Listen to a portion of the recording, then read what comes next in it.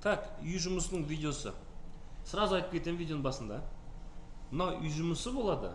И осыны жасап, келесі сабақта қорғау керек кодтарыңды. Түсінесіңдер ма? Бір-бірден келесіңдер, көрсетесіңдер.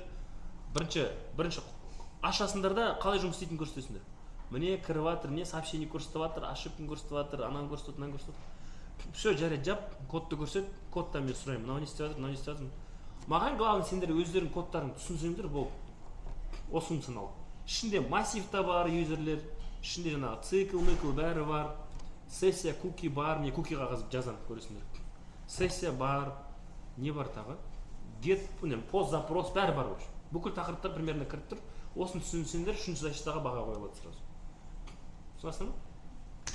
Төртінші нені мидтермда тест қылып жасаймыз бұйырса. 8-ші аптада. Сразу видео айтып тастайын. Так, remember me деген бар, видеодан көрдіңдер. Remember me деген бар, поле, иә? Осы не істеу керек? Егер user галочка деген қалай болады қазақша?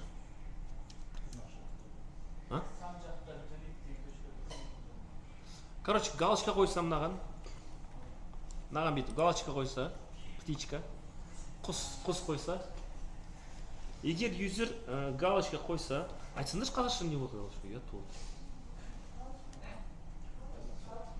Кетч. Галочка қойса, если что, кім айтты маған? Сезім айтты осыны, галочка деді қазақшасын. Галочка қойса не істеу керек? Куки деген білесіңдер ғой? Куки тире жоқ, как всегда. Кукиға не қою керек? Юзердің емейлін сақтау керек вообще. Юзердің қалай? Құс белгі? Ема. Жоқ, күш деген құс белгі мен білмедім. Құс белгі қойса, көрсеттім мен құс белгісі көрдім, құсқа ұқсайды. Если құс белгі қойса, кукиға юзердің несін сақтау керек? Емейлін сақтау керек, народ. Емейлін деп қойын. Сақтау керек. Короче, кукиға емейлін сақтайсыңдар, примерно қанша күнге сақтайсыңдар? Бір айға сақтай салыңдар. Бір айға, е? Бір ай мезгіліне сақтап қойыңдар. Бір айға.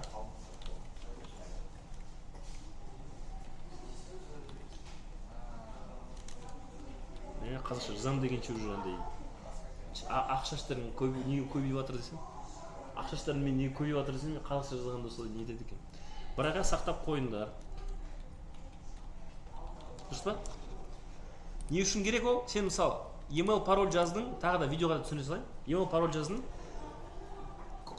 құс белгісін қойдың, логин дедің. Егер тек қана дұрыс кірсең, логин паролін дұрыс жазып, ондай адам болса ғана, сол кезде и плюс птичка тұрса, құс белгісі тұрса, сол кезде ғана мына емейлді кукиға лақтырып қою керек. Түсінесің ме? Ол құс белгісін қойсын, бірақ емейл или паролін дұрыс жазбасын, немесе жазды, бірақ ондай адам жоқ ДБ-да, ДБ PHP-де ондай адам жоқ. Онда сақтауға болмайды. Түсінесің ме? Ондай адам бар болса ғана кукиға сақ қоясыңдар бір айға. Потом адам логаут деп шығып кетіп, ертең келіп ұйықтап келіп, қайттан кіреді ғой логин PHP-ға. Мына жерге қайттан кірген. Уже емейлін сап беру керек мына жерге. Пароль емес, тек емейлға сап беру, кукиді алып сап беру керек. Түсінесің ме? Сайттан шығып кетіп, ертеңгі күні қайттан кірейін деп мына жерге кіргенде логин форм PHP-ға кіріп қалғанда, мына жерде емейл тұру керек, если кукида болса. Болмаса тұрмау керек. Осындай бір нәрсе. Мынаны түсіндірдім деп ойлаймын, remember me-ді. Так, келесі. Енді мынаны форманы тапсырғанда парольді тексеру керек. Мен жаңа жаздым, видеоға жаңа көрсеттім. Парольді тексеру керек, мен не деп жаздым? Міне. Else десеңдер қалтырып қойдың ғой. Ең азы 6 символ болу керек парольдің, е? Одан аз болса ұрысу керек. 6 символға толық емес деген секілді. Мынаған бір сообщениеде ұрсасыңдар, 6 символ болу керек ең азы деп. Ал екінші правиласы, екінші ереже, ең азы бір кіші әріп, бір үлкен әріп, бір сан болу керек. Осының бір нәрсесі болмаса тағы да ұрсасыңдар. Сіздің құпия сөз қате, ең азы былай болу керек деп бір сөз. Соны мынаған бір ұрсу, басқалай ұрсасыңдар, мынаған отдельно ұрсасыңдар. Түсінесіңдер ме? Осын жаза салайын, не деп жазамын? Давайте жазайық ерінбей енді. Құпия сөз құпия сөз ең азы деген, ең азы 6 символ, 6 деген бар ма хоть? Символдан тұру керек, тұру керек. Содан кейін надо бүйтіп отдельно жазып қойын, отдельно. И тағы да құпия сөз ең азы не деймін, бір кіші әріп, бір кіші әріп, ерінбей жазам ғой мен. Бір не дейміз, үлкен әріп, и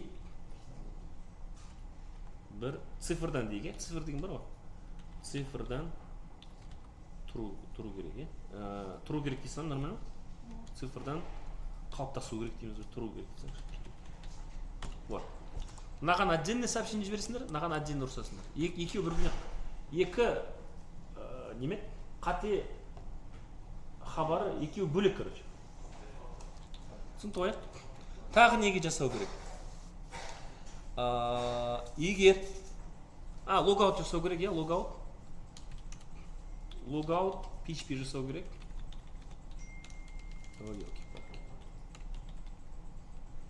Логаут PHP жасау керек.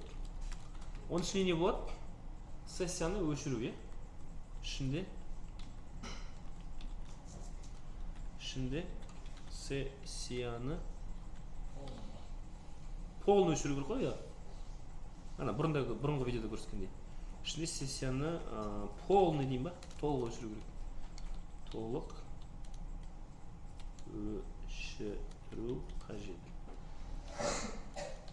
Дұрыс қой, өшіргеннен кейін не істейсіңдер?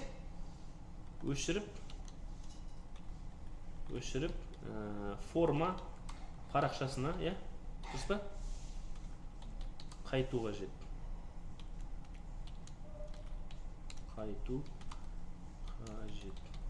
Түсінікті ғой? Все. Так, тағы не болады? Енді менде чуть басқалай жасалған, менде былай жасалған, народ. Если логиннен өтсе, мен өтсе де өтпесе де, жаңа айтқанда логин PHP-ға жіберіп жатырмын ғой. Сендер өтпейсіңдер. Сендер өтпесе ғана, error болса, қате болса ғана наған жібересіңдер. Қате болмаса, онда мына нормальды болса, бәрі басқа страницаға жіберу керек. Профайлыма өздеріңді табасыңдар, да жазсыздар. Түсінесіңдер ғой? О жерде кәдімгідей бұрында жазып шықты ғой, сәлем бір нәрсе деп жазып саласыңдар, пока. Профайл PHP. Егер адам дұрыс кірсе, түсінесіңдер ғой, дұрыс кірсе, логин парольмен дұрыс болса, бәрі, не істейміз? Осы парақшаға жіберу керек. Түсінікті ғой? И атын жазсау керек, мына жерде, атын ба, или там емейлін ба? Атын жазу керек. Қараңдар. Солай болсын, атын жазу керек. Емейлін емес, паролін емес, атын жазу керек. Сәлем, юзер аты, юзер аты. Именно атын жазу керек деп хабар көрсету керек. Оны қайдан аласыңдар? Атын дб-дан аласыңдар, бір нәрсе қылып көрсету керек. Все. Осы үй жұмыс и параллельно сразу не болады? Осыдан защита болады, үшінші защита. Сіздерге жіберейін, сұрақ бар ма жерде? Жібермей тұрғанда?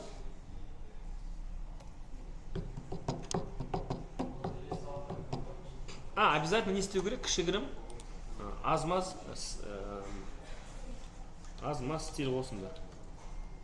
Страшный нәрсе көріп отырмайын, Мен секілді аз-маз болсындар, немесе бұл страп істейсіңдер ма? Пожалуйста. Өздері шатап кетесіңдер болды. Или мен істегенде кішігірім стиль болсындай. Түсінесіңдер мандай? Көргенге удобно болсында. И мен істеген функционал болу керек. То есть, любой жерде сообщение көрсетіп, қайтын обновить еткенде ұшқалы отыру керек. Кішігірім не болсын. Осы функционал жасағаннан кейін, база үйренеміз ғой, базаға қоса саламыз просто. Түсінесіңдер ма? Қазір жасаған заттарыңды базаға қоса салатындай өздеріңді дайындап қойыңдар. иә керек болса көбірек жазыңдар функционал, өздері бір нәрсе қосыңдар, ол бонус болады. Өздерің бір нәрсе қосыңдар өзіңдеріңнен ше, фантазияларына, пожалуйста. Сосын жазып қояйын ба, фантазияны әрбір адам бір нәрсе қосу керек мысалы. Сұрақ жоқ па? Сұрақ.